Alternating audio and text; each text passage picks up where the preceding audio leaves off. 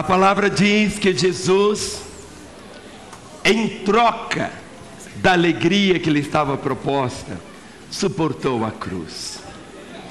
Quando contemplamos a realidade da morte do Senhor, toda a sua agonia, todo o seu sofrimento, toda a angústia que tomou conta da sua vida, a palavra diz ele, em troca da alegria.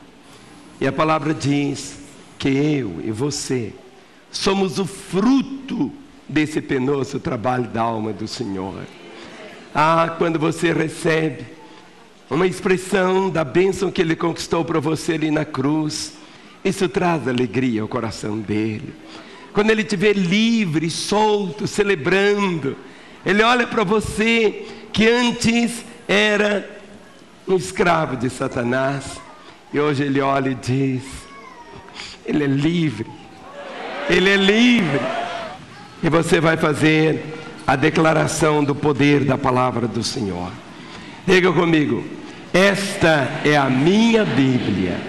Eu sou o que ela diz que eu sou. Eu tenho o que ela diz que eu tenho. Eu posso fazer o que ela diz que eu posso fazer. Hoje eu serei tocado pela palavra de Deus. Eu audaciosamente confesso que a minha mente está alerta, meu coração está receptivo, eu estou pronto para receber a incorruptível, a indestrutível, sempre viva semente da palavra de Deus. Eu nunca mais serei o mesmo, nunca, nunca, nunca, no nome de Jesus, amém. Pai, ao levantarmos a Tua palavra, queremos, ó Deus, abrir o nosso coração, para que ela, como semente viva, caindo no bom terreno que é o meu coração e o coração de cada irmão, que essa semente floresça para a glória do Teu nome. Conceda ao pregador graça, conceda-lhe a sabedoria, conceda-lhe a unção, para que a Tua palavra nos edifique, nos console, nos exorte, em Teu precioso nome, traga salvação, no nome de Jesus, amém. Vamos assentar, irmãos.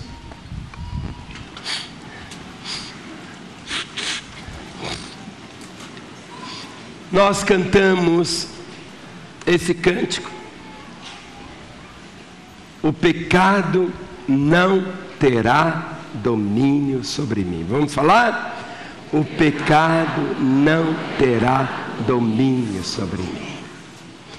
Quando nós lemos o Novo Testamento, nós encontramos 3 personagens.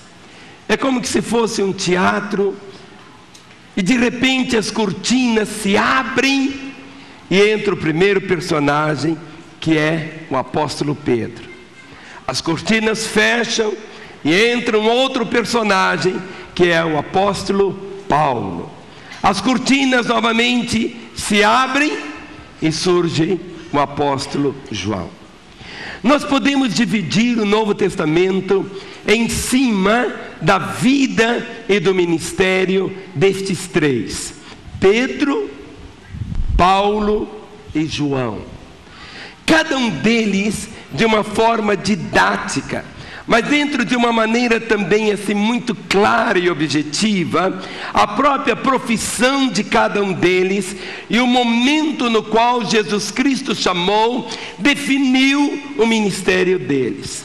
Pedro, quando Jesus o chama, ele estava pescando, ele era pescador. Quando Jesus Cristo chama o apóstolo Paulo, Paulo tinha uma profissão. Paulo não era pescador, a profissão dele, ele era fabricante de tendas. João, quando Jesus o chama, ele não estava pescando, e ele não estava também fabricando tendas, ainda que ele fosse pescador. Mas no momento quando Jesus o chama, diz o texto que ele estava consertando as redes. Os primeiros momentos do Novo Testamento se voltam para o apóstolo Pedro. Pedro recebeu do Senhor uma chave. Ele disse: Pedro, eu coloco essa chave nas suas mãos. e a chave serve para abrir.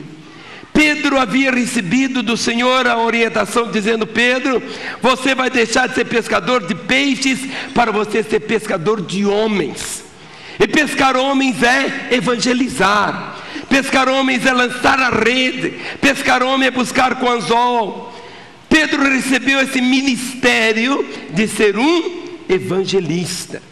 Quando Jesus disse: eu vou dar para você as chaves do reino, e ele abriu com as chaves ali no dia de Pentecostes, ele prega anunciando o evangelho para os judeus, e 3.000 vidas são pescadas de uma vez só.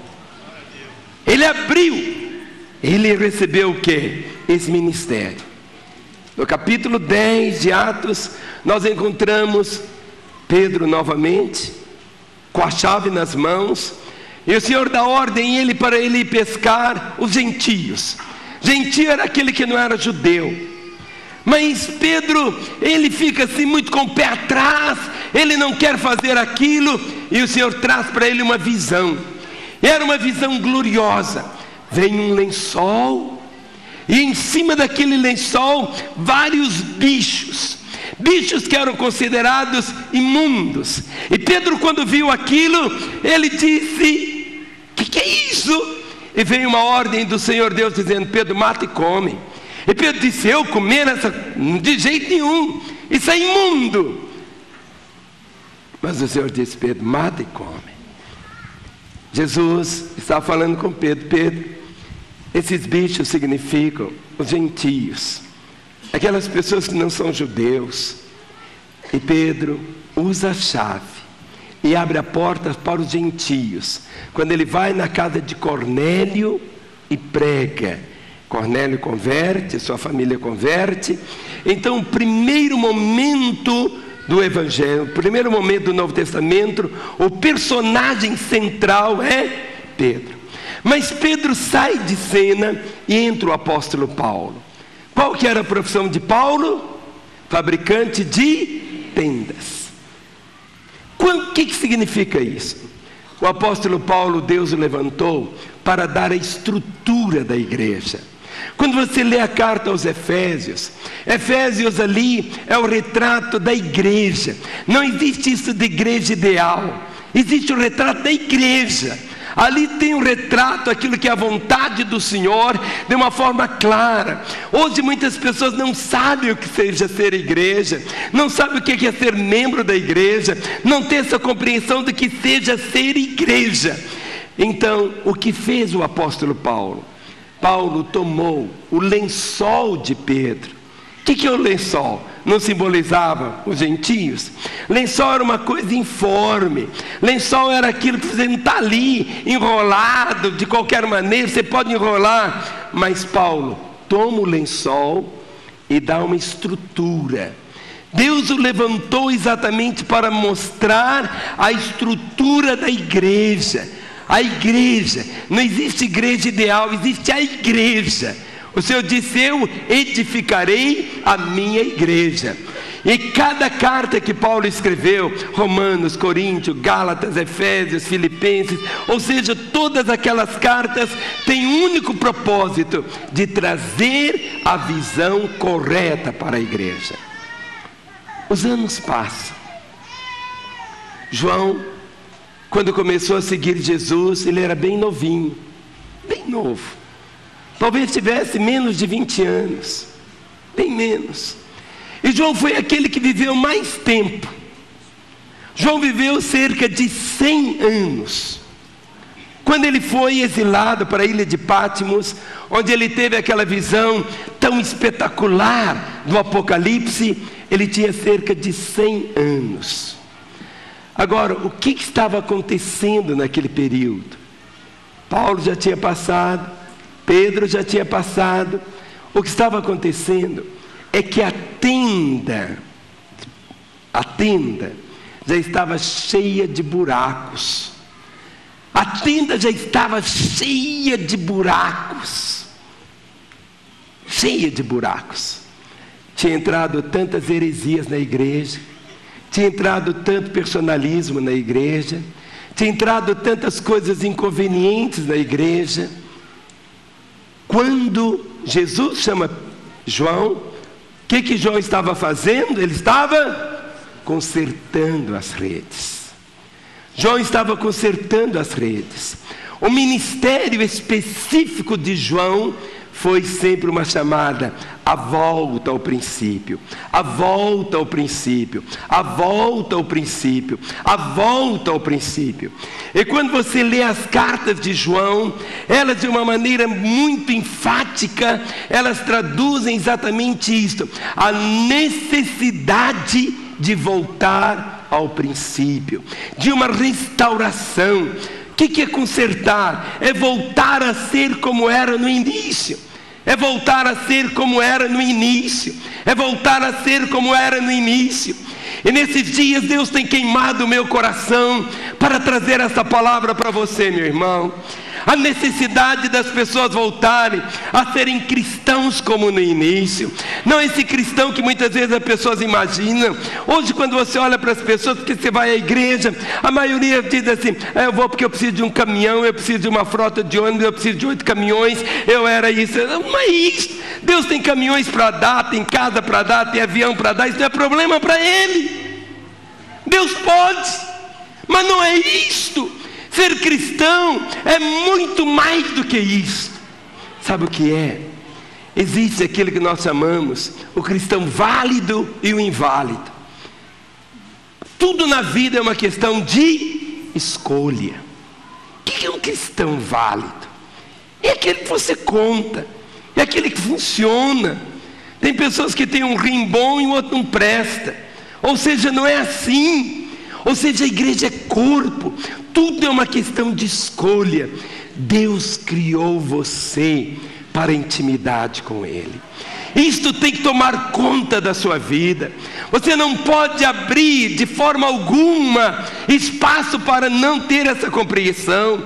Deus te criou para você ter intimidade com Ele. Deus te criou para o relacionamento com Ele. Deus, quando criou Adão, o colocou ali no jardim do Éden. Mas Deus não deu para Adão uma enxada. Deus deu para Adão a sua mão. Primeira coisa, Deus criou o homem para andar com Ele.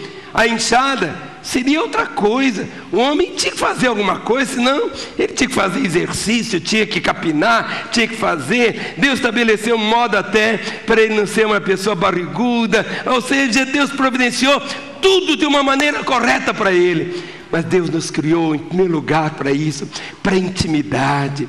Sabe, a nossa fé, quando você olha aqueles 3 moços lá na fornalha, lá na Babilônia, de repente o rei olha e ele vê não 3, ele vê 4, e diz: esse 4 aí parece Deus. E o que eles estão fazendo? Ele dizia assim: eles estão o quê? Passeando, passeando, passeando, passeando. Sabe, Deus criou o homem para passear com Ele. E quando você passeia, é o que? Cria relacionamento, intimidade. Deus criou você para você ser sincero para com Ele, para que você não esconda nada. Quando Deus criou o homem, colocou ali, o pecado logo fez com que o homem começasse a não ser sincero para com Deus. Começou a dizer: olha, a mulher que tu me deste, me deu do fruto, eu comi. Quando o Senhor Deus chamou o homem, disse: Adão, onde estás? O homem agora tinha escondido a presença de Deus. Como alguém pode esconder da presença dele, se ele tudo vê? Deus criou o homem para ser sincero para com ele. Deus criou o homem para que ele pudesse ter comunhão com os outros. Segure na mão do seu irmão. Diga: meu irmão, Deus me criou, quer você queira, quer não, para ter comunhão com você. Para ter comunhão com você. Sabe, igreja é isto. Igreja não é como um estádio de futebol, que as pessoas entram e saem, entram e saem, entram e saem, torcem pelo time, e gritam e fazem, e termina ali, cada um toma o seu caminho.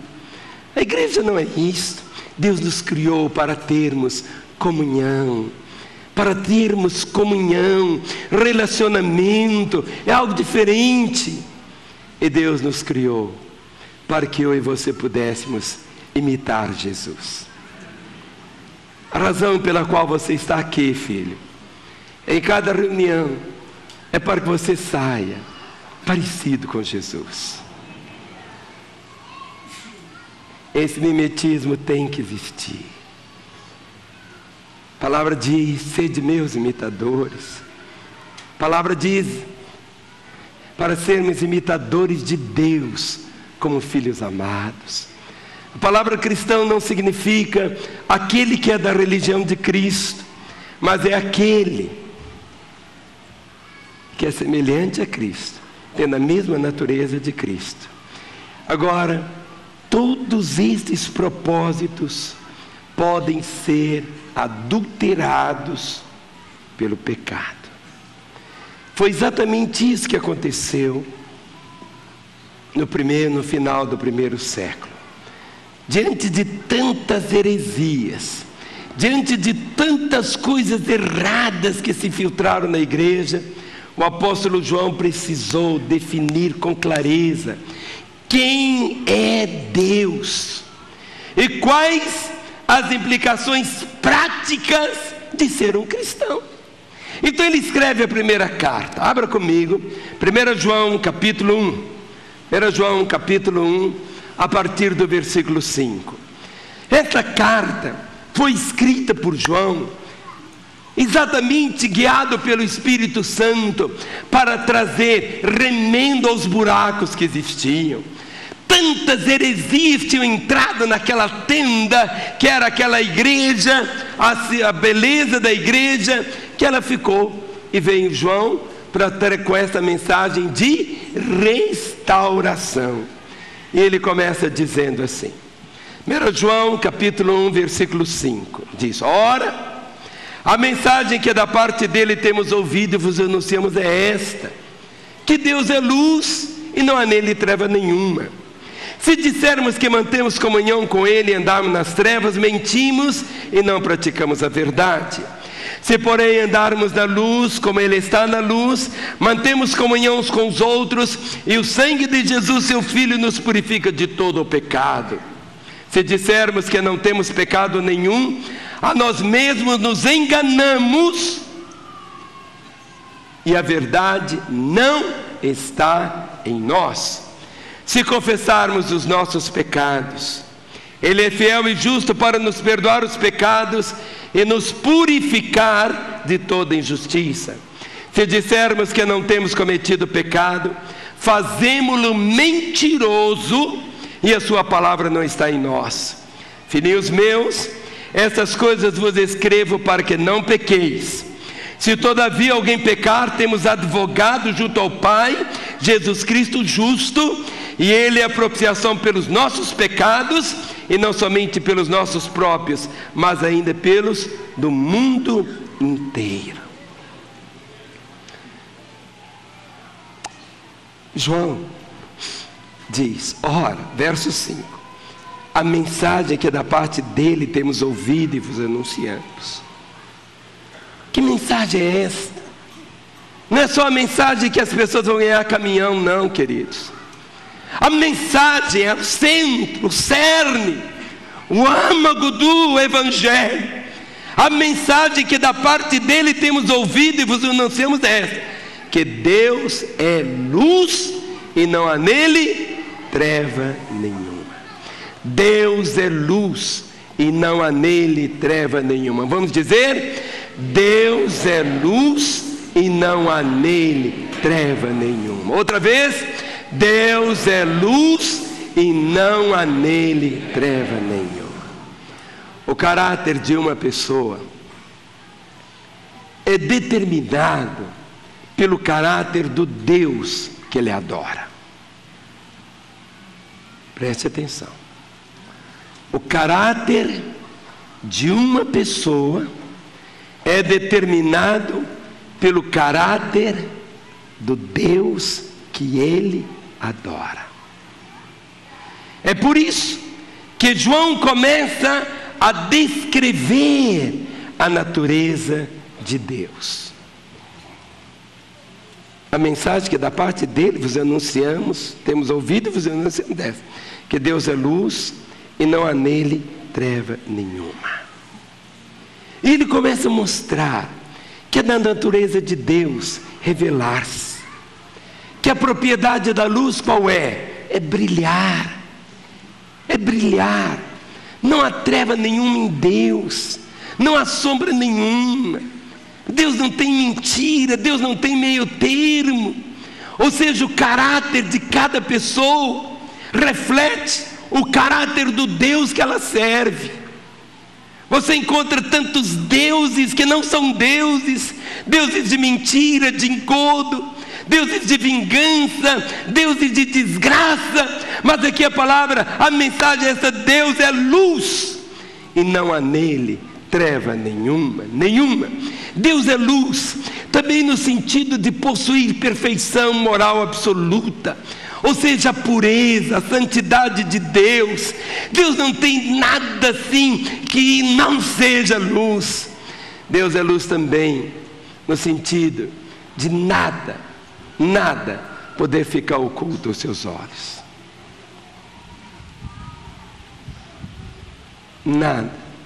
Nada fica oculto aos olhos de Deus. Não existe nada que a sua esposa não sabe da sua vida que Deus não sabe. Não existe nada na sua vida, esposa, que seu marido não sabe que Deus não saiba.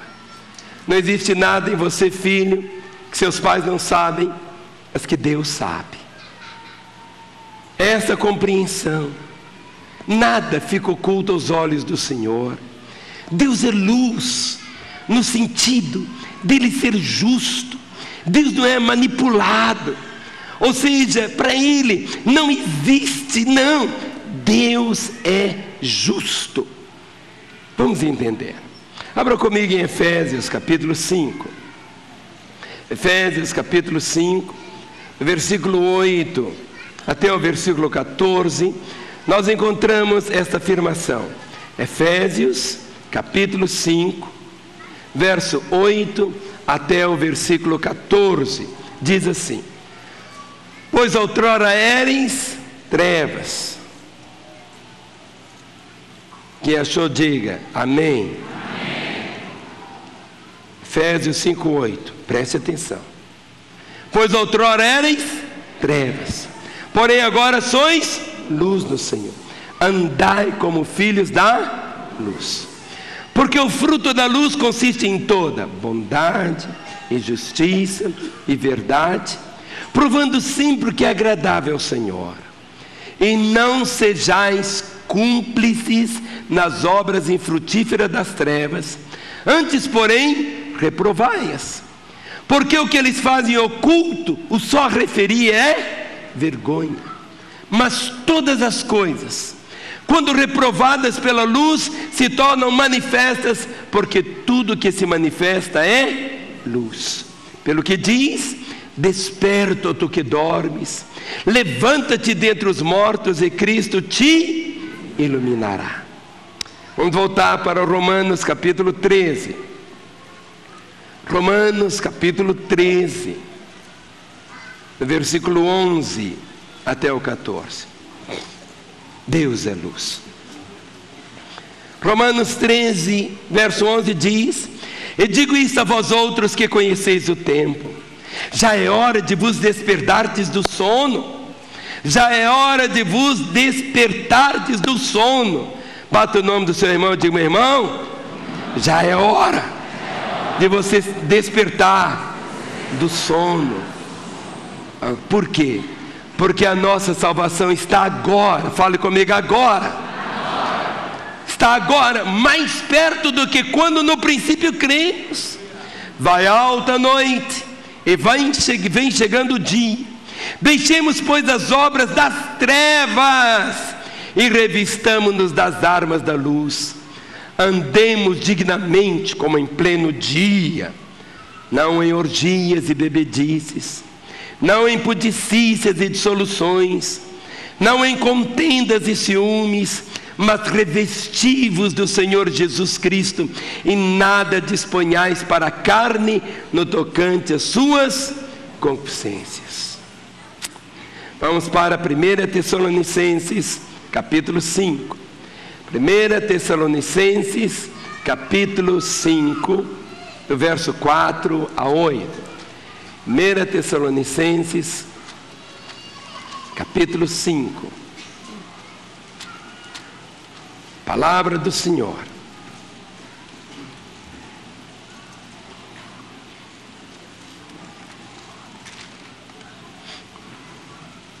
A palavra diz, faça assim,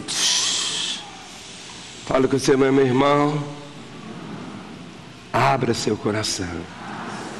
Deus quer falar com você. Diz assim: mas vós, irmãos, não estáis em trevas, para que esse dia como ladrão vos apanhe de surpresa. Porquanto vós todos sois filhos da luz e filhos do dia. Nós não somos da noite nem das trevas. É tão interessante essa expressão da noite, não é? Eu já encontrei pessoas, você trabalha em quê? Ele diz, trabalho na noite.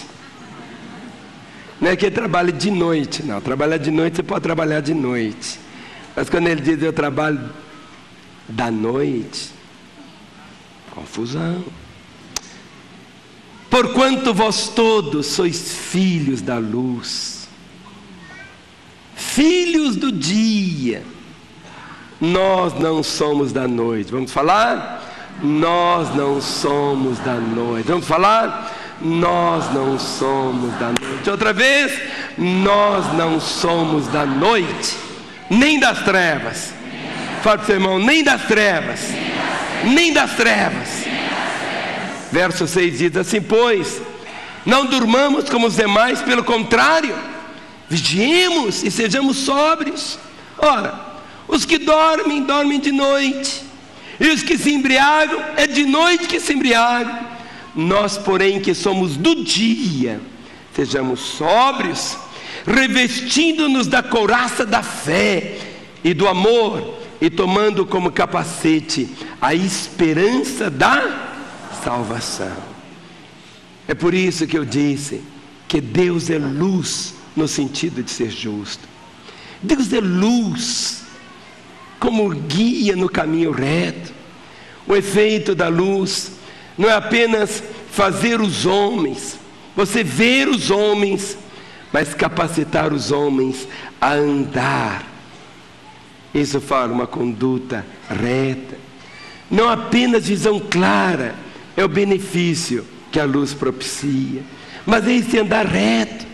Mas logo no início, vamos voltar para 1 João, as heresias chegaram na igreja, elas entraram de uma maneira assim, tão sorrateira. Por isso que João foi chamado consertando as redes, e o chamado dele é esse: essa volta ao princípio, essa volta ao princípio. Qual volta? Deus é luz e não há nele treva nenhuma. As heresias que invadiram a igreja, as implicações práticas dessas heresias que procuravam destruir no nascedouro. Os 7 primeiros versículos que nós lemos aqui, você vai perceber que há como que uma cadeia ligando cada um destes 7 versículos aqui. Primeiro, ele introduz o ensino falso com as palavras se dissermos. Olha o versículo 6. Se dissermos, se. Verso 7 começa com se. Verso 8 começa se. Verso 9 com se. Verso 10 começa com se. Você pode perceber exatamente como que entra. Ele contradiz com um equívoco. Mentimos. Mentimos. Olha o verso 6. Se dissermos que mantemos comunhão com Ele, andamos em trevas, mentimos e não praticamos a verdade. A primeira heresia é a afirmação de que temos comunhão com Deus e ao mesmo tempo, andamos nas trevas. Olha o verso 6. Se dissermos que mantemos comunhão com Ele e andamos nas trevas, mentimos e não praticamos a verdade. Verso 7. Se porém andarmos na luz, como Ele está na luz, mantemos comunhão uns com os outros, e o sangue de Jesus, seu Filho, nos purifica de todo pecado. Logo no início, o buraco que entrou nessa tenda, exatamente para destruí-la, porque basta um buraquinho só, que ali, aquilo vai abrindo para a destruição. E na destruição basicamente é isto: é a pessoa ter apenas palavras e não ter a vida. Ele diz uma coisa, mas que não é o reflexo da vida dele. A primeira heresia era esta, da pessoa afirmar que está andando em comunhão com Deus, mas andando nas trevas. Andar na luz é andar com sinceridade. Andar na luz é não esconder nada. E o resultado de andar na luz, olha aqui o versículo 8, diz assim: se andarmos na luz, 7, se andarmos na luz, como Ele está na luz, mantemos comunhão uns com os outros. Você vai manter comunhão com a sua sogra, você vai manter comunhão com aquela mulher que põe o lixo na porta da sua casa, você vai ter comunhão com aquele seu chefe ríspido e duro, você mantém comunhão dentro da igreja, um irmão mantém comunhão um com o outro, e o resultado é esse: o sangue de Jesus Cristo, seu Filho, nos purifica de todo pecado. Deus faz mais que perdoar.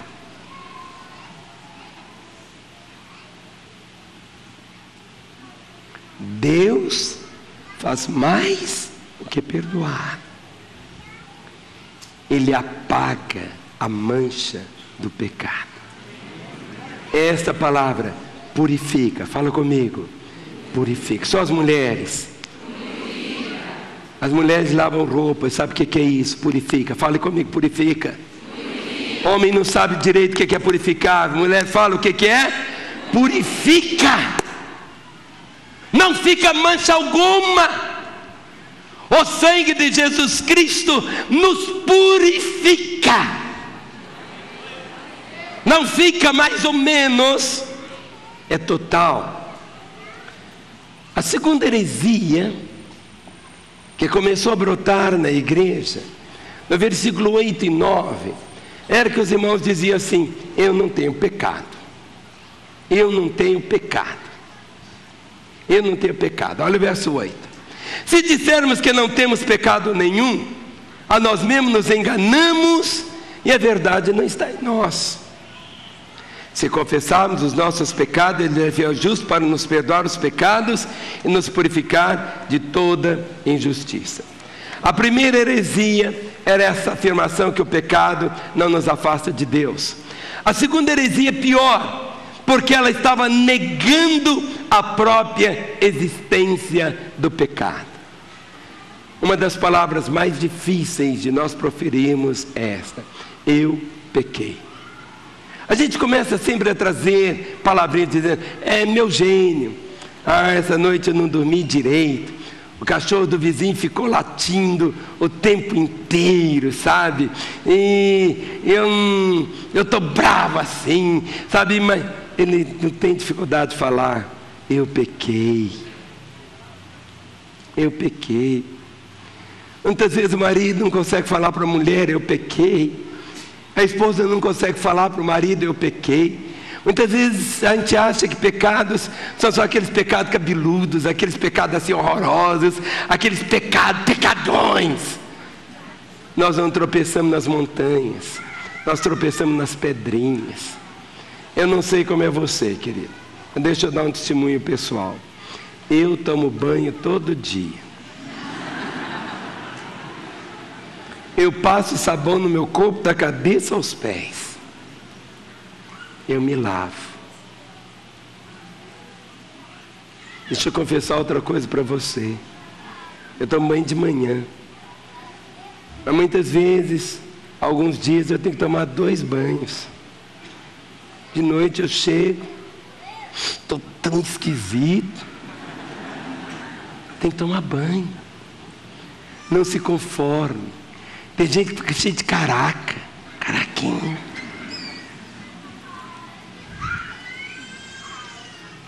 que eu quero dizer é isso, querido. Não espere um momento para você confessar seus pecados. O tempo não resolve nada. O tempo só faz você ficar mais velho, mais duro, mais insensível, mais rabugento, mais chato. Se eu for na sua casa, e se você me der um cafezinho, eu vou tomar com muita alegria.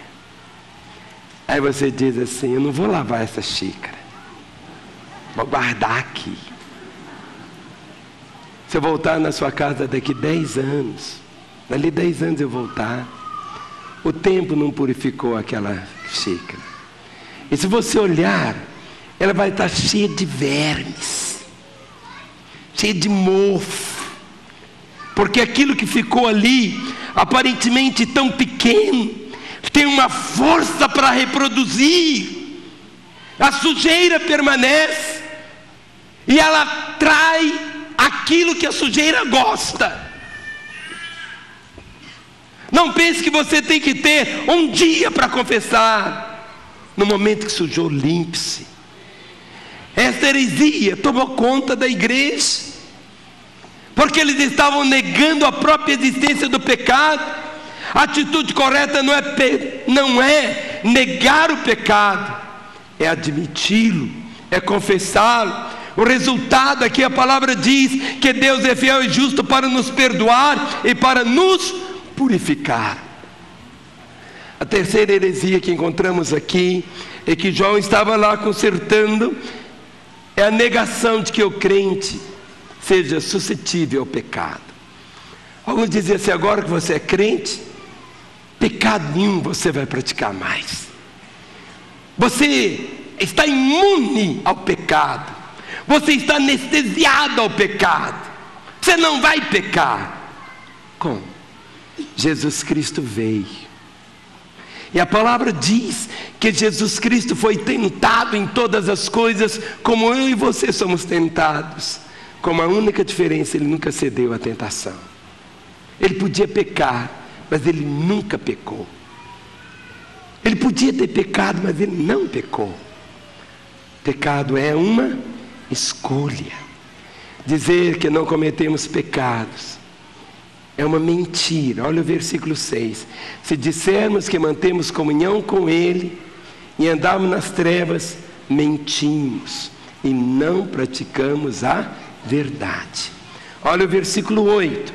Se dissermos que não temos pecado nenhum, a nós mesmos nos enganamos e a verdade não está em nós. Olha o que está escrito. Que situação, que coisa. Olha o que está escrito no versículo 10 aqui, de uma forma tão terrível. Diz assim: se dissermos que não temos cometido pecado, fazemos-no mentiroso e a sua palavra não está em nós. O propósito de João aqui é escrever, ao fazer esses remendos para voltar ao início, o propósito de João é impedir o pecado e não desculpá-lo. Porque no capítulo 2, verso 1 diz assim: filhinhos meus, essas coisas vos escrevo para quê? Para que não pequeis. Essas coisas vos escrevo para que não pequeis. Ele está dizendo, João faz isso para que não pequeis, negativamente. Mas positivamente ele diz: se todavia alguém pecar. Olha para o seu irmão e diga: meu irmão, se todavia você pecar, você não é obrigado a pecar. Se todavia você pecar, ele mostra aqui a provisão de Deus. Olha no capítulo 2, o verso 1 João 2, verso 1 diz: se todavia alguém pecar, temos advogado junto ao Pai, Jesus Cristo justo. E Ele é a propiciação pelos nossos pecados, e não somente pelos nossos próprios, mas ainda pelos do mundo inteiro. A provisão de Deus é esta: Jesus como nosso advogado. Levante a sua mão e diga: Jesus é o meu advogado. Jesus é o meu advogado. Jesus é a minha propiciação. A provisão do Pai para o crente que peca está em seu Filho. E Jesus possui tríplice qualificação: seu caráter justo, sua morte propiciatória, sua advocacia celestial, vida, morte e ascensão. Quais as implicações, irmãos, de ser um cristão? Existe um contraste nesse texto entre o falar e o fazer. Esse texto aqui, ele nos ensina como lidar com a questão do pecado. Como lidar com o pecado? Está aqui. Ele não vai fugir do assunto. Como lidar com o pecado? Primeiro, a primeira coisa é que nós podemos tentar encobrir os nossos pecados. Primeira coisa. Tentar encobrir os nossos pecados. Olha o verso 5. Ora, a mensagem que da parte dele temos ouvido e vos ensinamos é esta: que Deus é luz e não há treva nenhuma. Em outras palavras, ninguém pode esconder. Versículo 6: se dissermos que mantemos comunhão com Ele e andamos nas trevas, mentimos e não praticamos a verdade. O verso 8: se dissermos que não temos pecado nenhum, a nós mesmos nos enganamos e a verdade não está em nós. Verso 10: se dissermos que não temos cometido pecado, fazemos-nos mentiroso e a sua palavra não está em nós. Daqui a pouco eu queria que vocês cantassem, Ana, novamente aquela mensagem: o pecado não terá domínio. Não terá domínio. Como crente, pode tentar encobrir os seus pecados. Como que você pode encobrir os seus pecados? E a heresia que entrou era esta: falando mentira. Falando mentira. Falando mentira. Mentira para quem? Para nós mesmos. Olha o versículo 6: se dissermos que mantemos comunhão com Ele e andamos nas trevas, mentimos e não praticamos a verdade. Nós desejamos que os nossos irmãos pensem que nós somos espirituais. Então nós mentimos sobre a nossa vida. Tentamos muitas vezes dar uma boa assim, impressão, para impressioná-lo. Nós desejamos que eles pensem que estamos andando na luz, embora na realidade estejamos andando em trevas. Talvez a sua esposa, o seu marido, ou você, a pior mentira que você pode falar é para você mesmo. Por isso que a Bíblia diz para nós não enganarmos a nós mesmos. Essa heresia estava tomando conta. O verso 8 é tão claro: se dissermos que não temos pecado nenhum, a nós mesmos nos enganamos e a verdade não está em nós. O problema agora não é você tentar enganar os outros, mas enganar-se a si mesmo. É possível para um crente viver em pecado e convencer-se a si mesmo que está tudo bem com ele. Davi, durante um tempo, tinha praticado um pecado escabroso, terrível. E ele estava lá. Teve que chegar um homem, Natã, e apontar o dedo para ele e falar: você é esse homem, Natã. Você é esse homem, Davi. Davi estava se enganando a si mesmo. A pior mentira é quando você prega para você mesmo. Quando a pessoa diz para ela mesma: é o que está falando aqui. O problema agora não é enganar os outros, mas enganarmos a nós mesmos. E no versículo 10, é tentar mentir para Deus. Olha o verso 10. Se dissermos que não temos cometido pecado, fazemo-lo mentiroso, e a sua palavra não está em nós. O pecado pode nos fazer mentir para os outros, mentir para nós mesmos e mentir para Deus. Além de tentar fazer de Deus mentiroso. Como? Quando nós contradizemos a sua palavra. Quantas vezes aplicamos a palavra do Senhor para os outros e não para nós mesmos?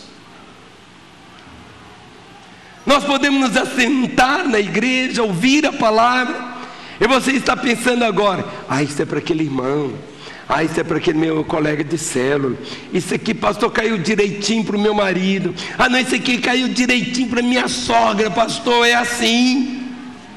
Mas nós mesmos não somos tocados por ela. Um crente, ele pode mentir para a sua comunhão, porque o verso 6 diz: se dissermos que mantemos comunhão com Ele, andamos nas trevas, mentimos e não praticamos a verdade sobre a nossa natureza, sobre as ações. Como podemos tentar encobrir nossos pecados? O crente que tenta encobrir os seus pecados, ele perde. Olha para o seu irmão e diga: meu irmão, para você ser um ganhador, nunca tente encobrir os seus pecados. Ele perde a palavra de Deus, ele deixa de praticar a palavra de Deus, logo a verdade deixa de estar nele, e finalmente ele torna a verdade em mentira. Olha o versículo 10: se dissermos que não temos cometido pecado, fazemos mentiroso, e a sua palavra não está em nós. Não é que a pessoa não saiba recitar João 3,16, não é que não saiba recitar os versículos, mas ele não está pautando a sua vida pela palavra do Senhor. É algo diferente. O que ele perde? Ele torna a palavra de Deus em mentira. Ele perde a comunhão com Deus e com o seu povo. Quando a pessoa está vendo em pecado, ele tem tanta dificuldade. Ele vê aquele irmão, dê uma olhadinha para o irmão, dê uma olhadinha para ele. Ele olha e diz: que coisa, esse irmão está aqui perto de mim, que coisa, que mão, e tal, e baba, e faz, e aquela situação toda. Sabe, aquela alegria. Sabe, não tem coisa mais linda na terra do que a igreja. A igreja é a noiva, é a paixão do Senhor. Você pode abraçar seu irmão. A comunhão fala de relacionamento. A oração é vida. Para aquele que não está em comunhão, o culto parece uma rotina.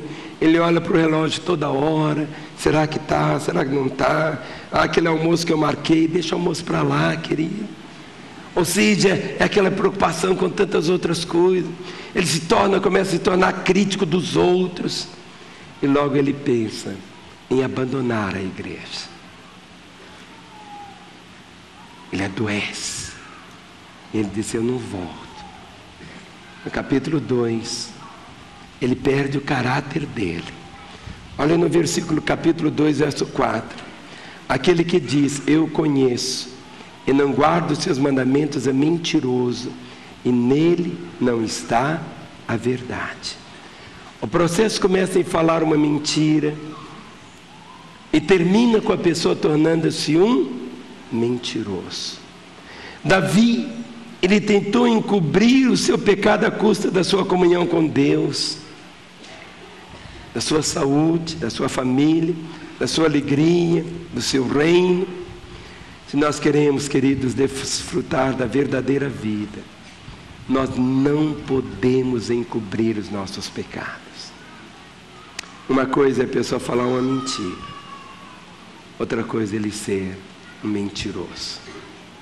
Aqui o texto diz: nós temos que andar puros diante do Senhor. Nós podemos confessar os nossos pecados.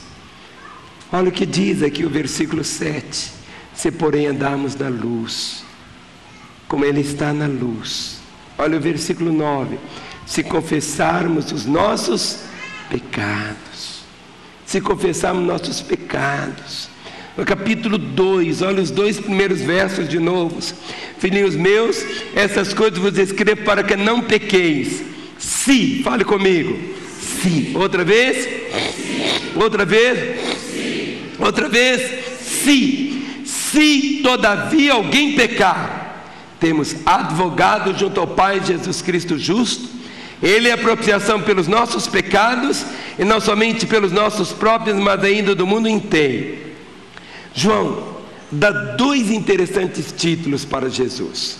O primeiro, advogado e propiciação. Jesus é a propiciação pelos nossos pecados. Propiciação significa satisfazer a lei santa de Deus, pois Deus é luz, Ele é santo, Ele não pode fechar os seus olhos para o pecado, embora Ele sendo amor, Ele deseja nos salvar. Mas como Deus pode ser justo e santo e ainda salvar os pecadores? A resposta é uma só: é através do sacrifício de Jesus Cristo. Na cruz, Deus em sua santidade julgou o pecado. Deus em seu amor ofereceu Jesus Cristo ao mundo como Salvador. Deus foi justo e por isso Ele puniu o pecado. Deus demonstrou amor, oferecendo livre perdão através de Cristo, daquilo que Ele fez ali no Calvário. Isso que significa propiciação. Agora Jesus também é o nosso advogado junto ao Pai. Quantos aqui são advogados? Levantem as mãos. Isso. Quem já precisou em algum momento da sua vida de um advogado? Levante a mão. Você sabe, Jesus é nosso advogado junto ao Pai. Jesus viveu, morreu, ressuscitou e ascendeu aos céus. O que Jesus Cristo está fazendo agora? Ele está diante do Pai, intercedendo pelo irmão que está aí ao seu lado. Olha para esse irmão. Às 24 horas ele está de plantão, como advogado desse irmão que está aí.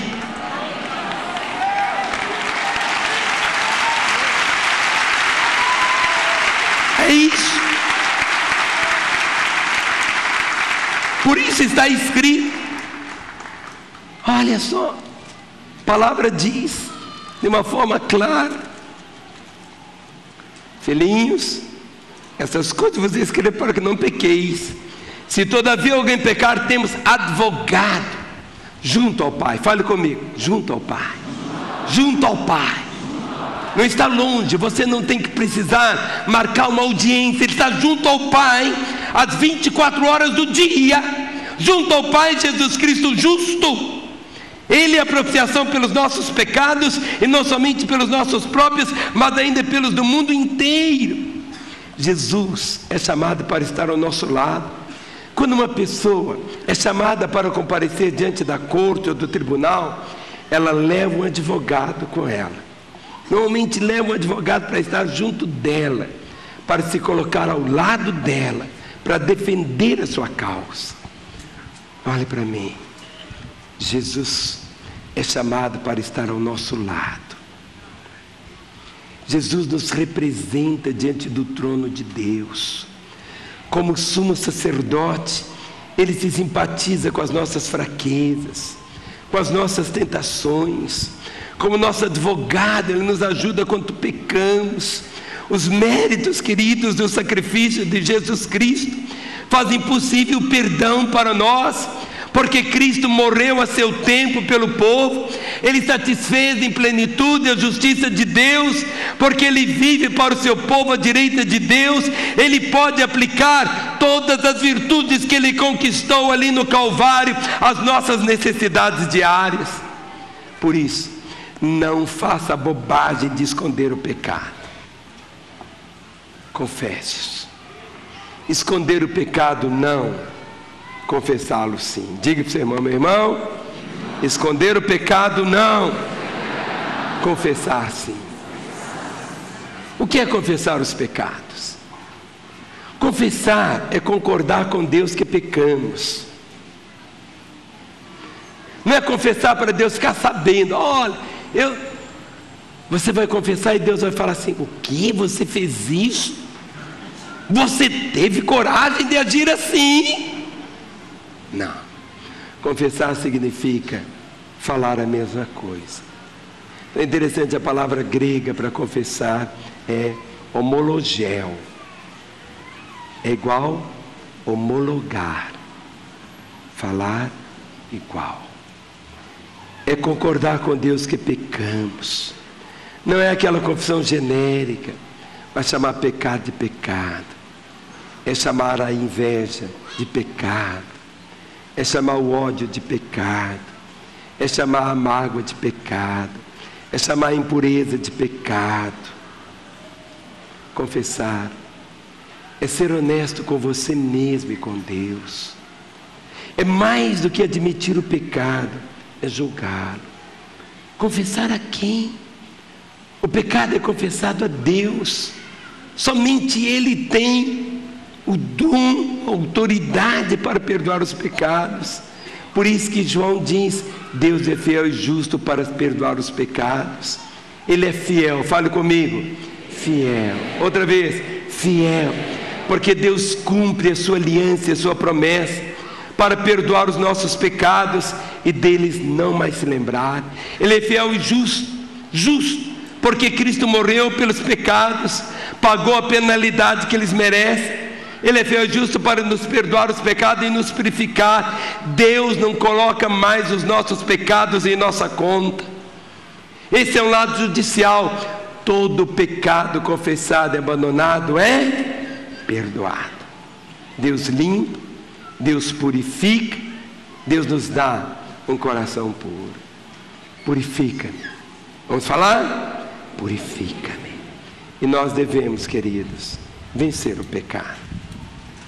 Os versos 1 e 2, o capítulo 2 diz: meus filhinhos, essas coisas vos escrevo para que não pequeis. É para você vencer. Você pode vencer os pecados na medida que você anda na luz. Deus é luz. Andar na luz é ser sincero. Andar na luz é ser honesto com Deus. Andar na luz é andar honesto com os outros, com nós mesmos. Sempre que você cometer um pecado, imediatamente você deve confessar. Andar na luz significa você obedecer a palavra de Deus. Andar na luz significa amar a Deus. Um escravo, ele obedece porque tem que obedecer. O empregado obedece porque deve obedecer. Mas um cristão obedece porque ele quer obedecer. Eu obedeço não é porque eu devo obedecer, é porque eu quero. Eu quero obedecer. É diferente. Se me amais, guardareis os meus mandamentos. Coloquemos-nos em pé. Mas não é para você sair, não. Dê a mão ao irmão que está aí ao seu lado. Os músicos tomem seus lugares agora. Olhe para mim. Jesus Cristo não é apenas a propiciação e advogado, mas Ele também é o nosso modelo. Deem as mãos pelos corredores para ninguém sair. Olhe para mim. A palavra diz: aquele que diz que permanece nele, esse deve também andar assim como ele andou. Cristo não é apenas a propiciação, o advogado, mas Ele é o nosso modelo. Cristo morreu por nós. Ele vive em nós. Ele é o nosso modelo. Aquele que diz que permanece nele. Aquele que diz que permanece nele. Esse deve andar assim como ele andou. A palavra diz que Jesus Cristo, Ele foi tentado em todas as coisas, como somos tentados. Aquele que diz que permanece nele, esse deve também andar assim como ele andou. Não dê desculpas, querido. Chame pecado de pecado. Não chame fraqueza de fraqueza. Tantas pessoas dizem: essa é minha fraqueza. A palavra diz: aquele que diz que permanece nele.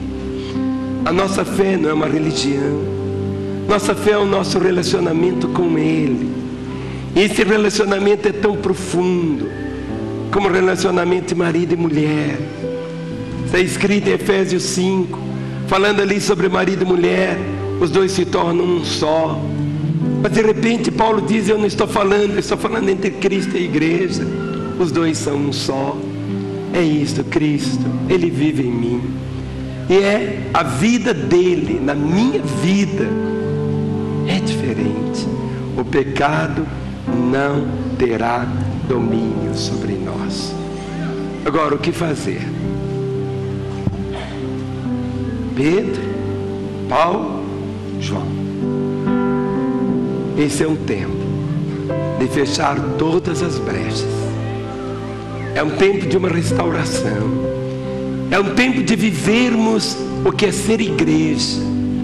Você está aqui. Você está assistindo pela televisão.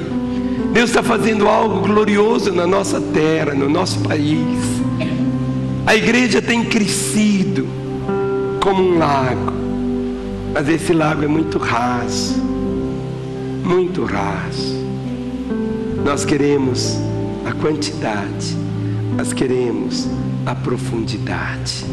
Por isso estamos lançando esses princípios de fé na sua vida, para que você possa hoje, daqui a alguns minutos, ao sair para sua casa, sair não apenas com a sua alma lavada, mas com um propósito de alegria, de um vencedor. O pecado não terá domínio sobre nós. Esta é a mensagem mais gloriosa do céu. Aplauda o Senhor.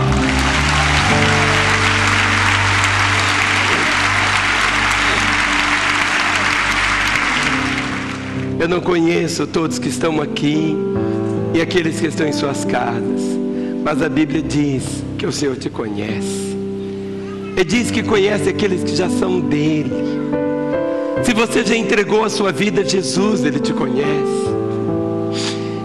Mas se você até hoje tem ouvido do Evangelho, mas você não entregou a sua vida a Jesus, esta é a hora de Deus. Você por você mesmo nunca vai obter vitórias. A vitória vem pelo conhecimento da palavra, mas a vitória vem pela vida dele na sua vida. Quem sabe você é como o filho pródigo, que um dia saiu de casa, foi para uma terra longínqua, está longe, bateu saudade, você veio aqui. Ou quem sabe você está assistindo na sua casa até agora, por causa dessa saudade de Deus. Eu quero me identificar com você agora. Por isso eu peço que você feche seus olhos, coloque suas duas mãos sobre o coração. Ninguém tira a mão do bolso, coloque suas mãos sobre o seu peito. Vamos nos identificar com milhares, com milhões que nesta hora estão fazendo esse gesto. Ore comigo dizendo: Senhor Jesus, eu ouvi que o Senhor é o meu advogado e a minha propiciação. A minha causa está perdida, terrivelmente perdida. Eu reconheço que sou um pecador. Eu não mereço a salvação, mas o Senhor veio e trouxe a propiciação, pagou em meu lugar. E nesta hora, arrependido, eu te reconheço como meu Salvador e meu Senhor.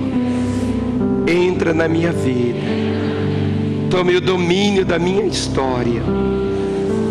E eu, Jesus, que andava contigo, mas me desviei, agora eu volto na certeza que eu serei aceito. continue com seus olhos fechados. E eu quero orar agora só por você. Por você que pela primeira vez orou dizendo: Jesus, entra na minha vida.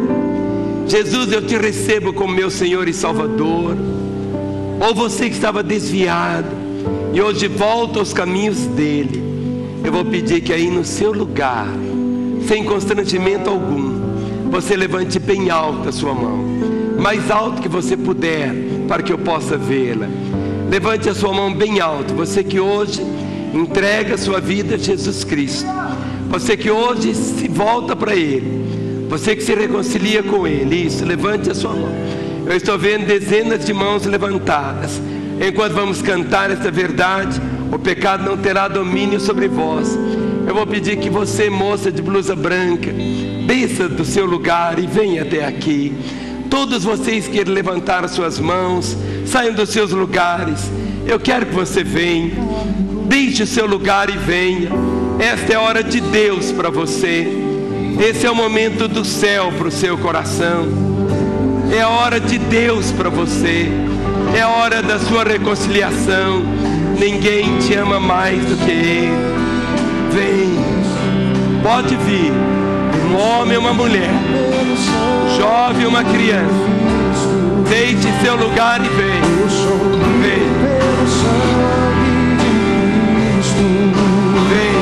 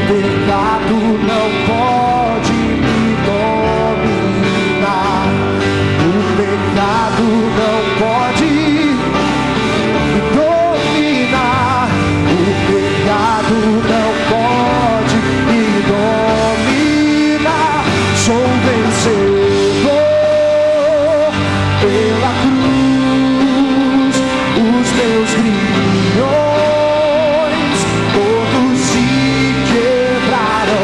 Cantarei até perder a voz, vou gritar bem alto, pois eu encontrei vitória.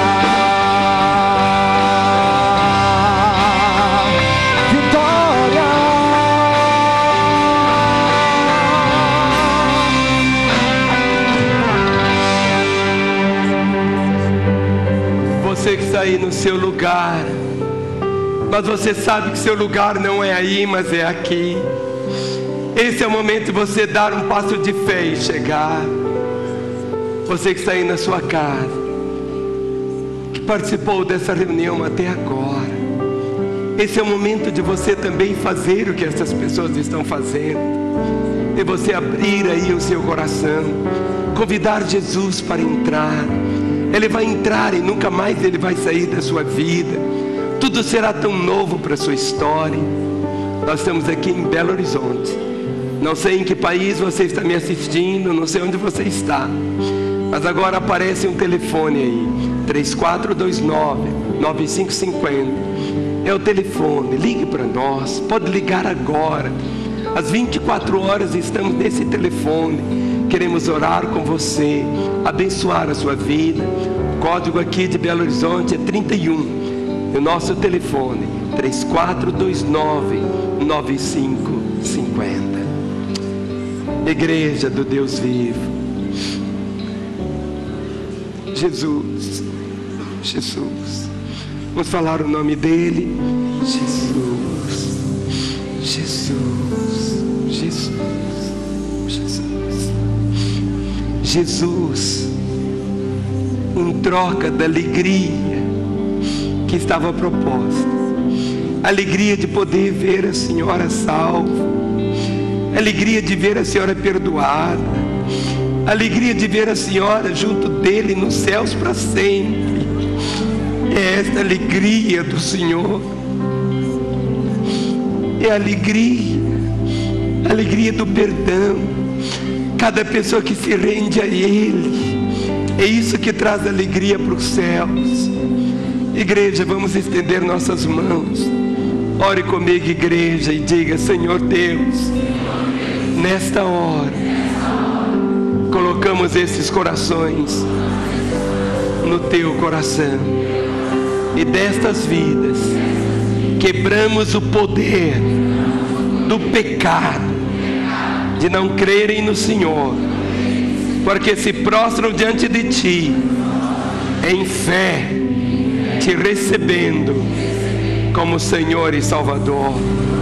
Ligamos estas vidas à Tua vida, para que vivam a partir de agora como filhos e filhas do Senhor, em Teu nome, amém.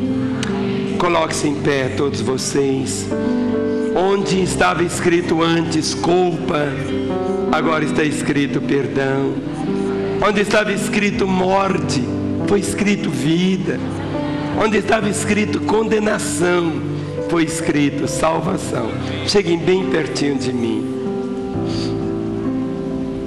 Nessa manhã, tudo será tão novo para você, que até uma nova identidade você terá, porque você hoje recebe também uma nova família, uma família carinhosa, uma família cheia de amor, de meiguiz, uma família que vai te ajudar a caminhar a partir de hoje nesse caminho de vitória. Eu quero que você conheça a sua nova família. Eu vou contar até 3. Quando eu falar 3, eu vou pedir que você vire para você conhecer a sua nova família. Toda a igreja, levante as mãos. Vamos contar a igreja até 3. 1, 2, 3. Vire agora, vire. A família, sem qualquer falsidade, Te abençoe. vendo a verdade, Te abençoe. expressando Te abençoe. a glória Te do abençoe. Te Senhor. abençoe. Te abençoe. Te abençoe. Te abençoe. Te abençoe. Te abençoe. Eu preciso de Precioso, precioso, precioso, precioso, precioso, precioso. Vamos aplaudi-los. Bem-vindos à família de Deus. Aleluia.